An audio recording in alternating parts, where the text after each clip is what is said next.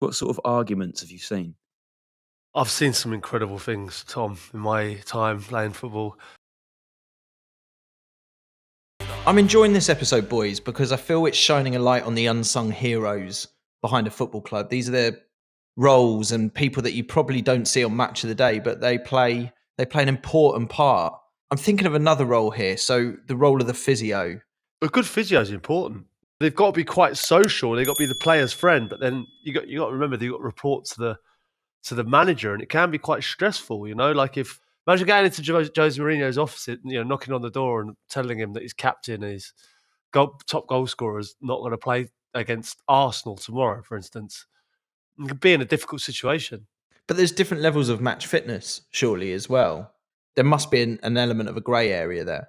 Yeah, I've seen some really difficult conversations in the open. Like the manager will come in and go, right, is he fit? And the physio will go, can I speak to you outside? And he'll go, oh.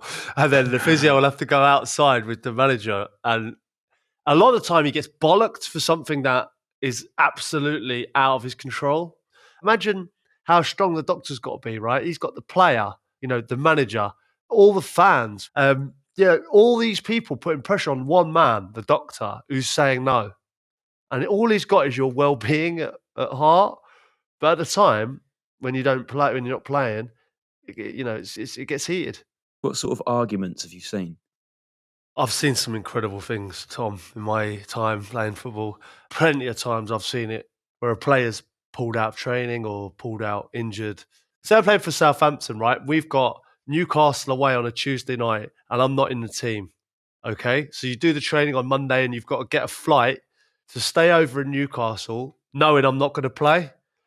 Well, I've seen players pull a hamstring on that Monday, and then go home. What can you say to it though? You've got all the players and all the staff, all the management that know what's happening. And then the worst thing is that a lot of the time they'll train back training on the Wednesday. I like the sheer cheek of it. Have you ever seen a manager in a training ground scenario where a manager is arguing with a player about a difference in opinion on how fit they are? Once a week, I'd say. Really? All the time? Well, I watched Harry tell the physio to not treat players who had gone down. Like Gareth Bale. Gareth went down and he told the physio to not treat him. And this was when he was going through a difficult time at Tottenham before the Galactico that he became. He felt that he was going down at times and not maybe as hard as he should be. And Harry's way of sort of coping with that was not letting the physio on to treat him when he went down. I remember a couple of times we'd just play on. A player would be down and we just play on. And I watched another player. He had this cut on his foot.